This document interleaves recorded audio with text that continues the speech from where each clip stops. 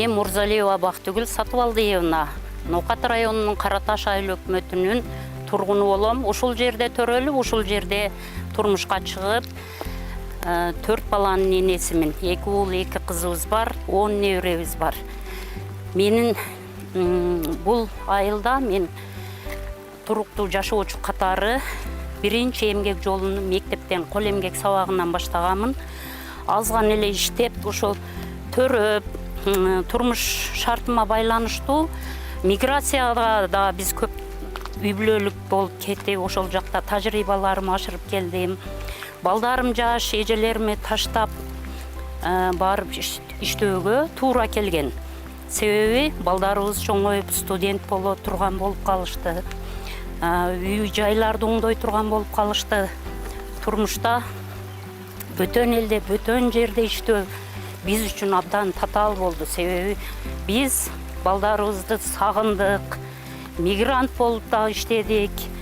Ошондуктан мен 16-жылы кайра келип, көп жолу аракет кылдым. Биздин айылда жаш келиндер жаш балдарын таштап кетпесе, мигранттарды азайтсак, өз үй бүлөсүндө өз балдарына тарбия берип, алардын мээримине бөлөп, камкордугун алып, тарбиясын сонун кылып тарбияласа деп, мен көптөгөн долбоорлор жаздым, издендим. Аягында ушул тигүү цехини Касамин долбоорунун алкагында Аристин каржылоосу менен 4.752.916 сомдук каржылоо болуп, биз тигүү цехин ачып алдык.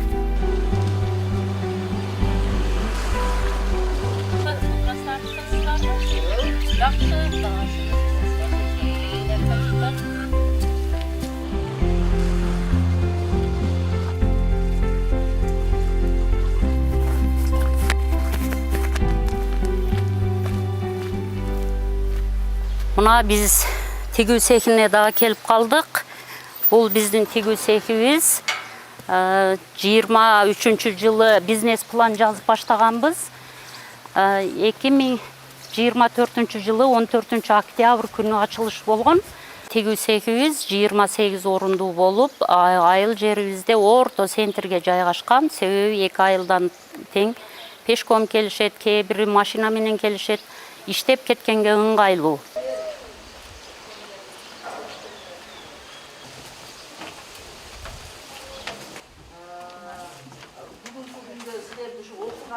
Кандайсың?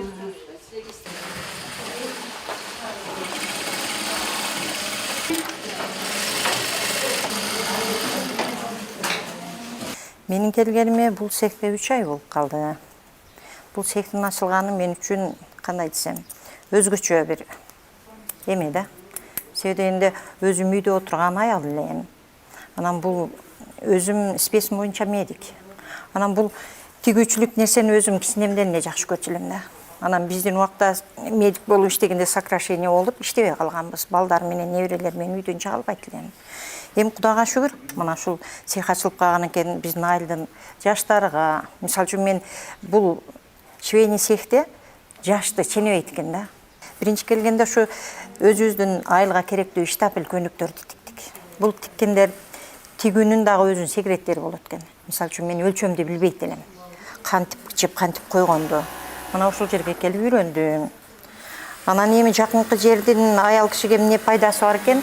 Акча коротпойсуң. Керек болсо ушу 20 сомдагы зарткан күндөр болгон да. Мына жол кира кетпейт. Акырын келебиз дагы каалаган убакка чейин иштейбиз. Эми дагы неметип атабыз өзүбүз. Жанагындай өзүбүздүн илгерки оймолор, курак деп. Куракты өзү негизи билебиз го, илгертен эле. Бул өзүбүздүн улуттук немебиз. Ар бир кызга мындай эме бергендечи, турмушка бергенде сөзсүз куракты кошуп беребиз. Эми ушуларды ишке ашырабыз деген ойлор бар. Бүгүнкү күндө мына Папай охотники Россиянын заказы. Бул биз 500 штук тиктик, акыркысын жөнөтүп атабыз. Булардын акчаларын кыздар ала баштады. Бул дагы Москванын заказы башка түрү. Бул да бренд менен акчасы жакшы. Кыздарыбыз ушул ушул военный формалар тиккенге жетише баштады. Бул жергиликтүү заказдарды да биз буга чейин алып жүрдүк. Кофталар, көйнөктөр, тройкалар. Кудайым буйруса биздин максатыбыз кең дагы бизнес пландарыбызды жазып өткөзүүгө аракет кылабыз. Канайым булар жакшы өтө сонун тийгизсин, эми мунага дагы аягына берет экенбиз, жакшы. Мен өзү көп жылдан бери тигичилик менен иштейм. Анан бери 3 жылдан бери Нукатта центрде иштедим. 3 жыл болду. Анан ал жакка барып келиш өтө кыйын эле. Анан ушул бактылуу эле себепчи болуп ушул ишкананы ачкан экен, ошолго сүйүнүп, ошол ачылган деле ошол жерге келдим. Келгенден бери мага өтө жакшы пайда болуп атат. Жолдо жүрбөй атам.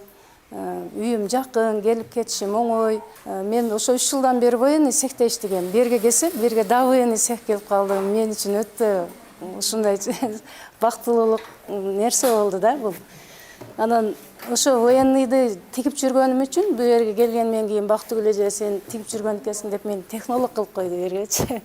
Технолог деген мына ошо военный форма келип калды. Военный форманын кантип тигилиши, техникасын үйрөтөт да. Биринчи кайерден башталат, анан эмне тигилет, мында кандай катары менен ошонун кеткенин мен кыздарга үйрөтүп атам.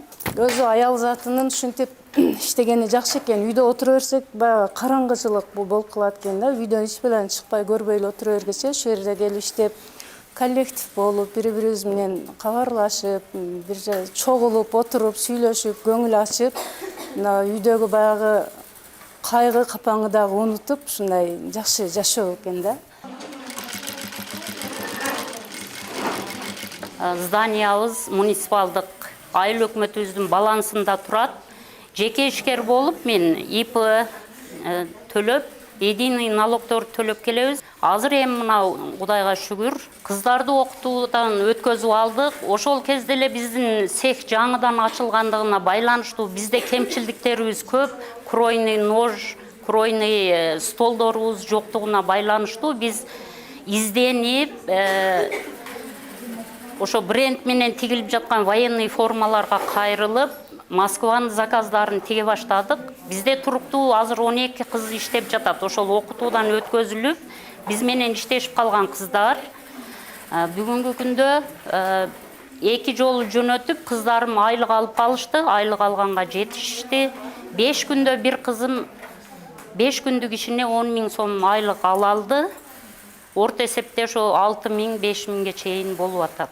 Бул биздин башатыбыз. Дагы ушул цехти өркүндөтүү үчүн, дагы ушул цехти мигрантты азайтуу үчүн, биз кыздарды өзүбүзгө тартуу үчүн мен дагы аракеттерим бар, максатым бар, кеңейтебиз деген.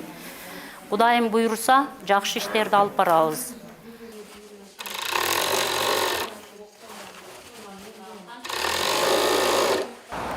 Бүгүнкү күндө аялдарды жумуш менен камсыз кылууда пайызын айтканда бир 50-60% жумуш менен камсыз болгон негизинен. Билим берүү тармагында, балдар бакчаларында, медицина тармагында жана башка тармактарда иштешет бүгүнкү күндө. Мындан сырткары 25-жылдын январь айында мектепке чейинки билим берүү мекемеси ачылып, 17 аял быйылкы жылда жумуш менен камсыз болду.